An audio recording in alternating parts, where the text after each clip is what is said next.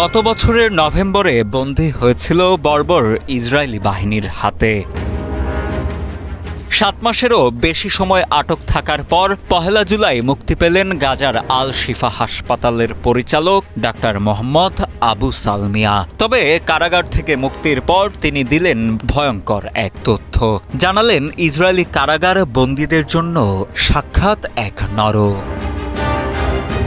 কারাগারের ভয়ঙ্কর অভিজ্ঞতার কথা বর্ণনা করতে গিয়ে ডাক্তার মোহাম্মদ আবু সালমিয়া বলেন, বন্দীদের অবস্থা খুবই মর্মান্তিক। এটি ফিলিস্তিনের ইতিহাসে নজিরবিহীন। বন্দীদের তীব্র খাদ্য সংকটে রাখা হয়েছে, এছাড়াও শারীরিক নির্যাতনও করা হয়েছে।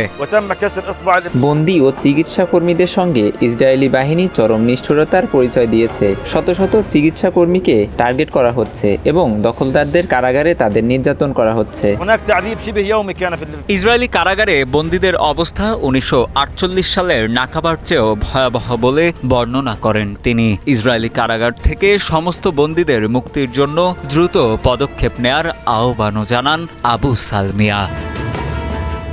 ডাক্তার মোহাম্মদ আবু সালমিয়া সহ একই দিনে মুক্তি পেয়েছেন 50 জনের বেশি ফিলিস্তিনি।